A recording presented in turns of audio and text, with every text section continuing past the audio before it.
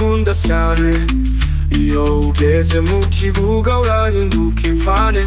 Imvura yaguye ibitego biracane. Ni wowe Gicumbi, teganye sinshundura, umuyaga uri hafi.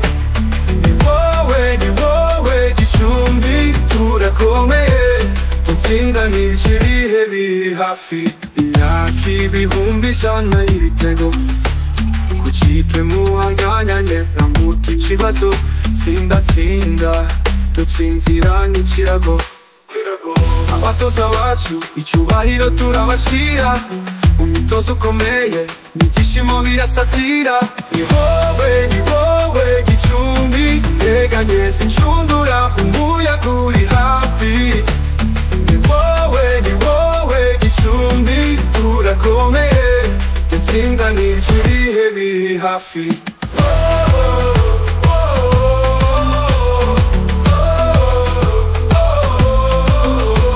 Mu Rwanda no mu mahanga hose, Gicumbi turashaka kuba uw'igikundiro bose. Ikipe n'imyeri turagukorera impundu, Gicumbi turashimira, imitima irashundura.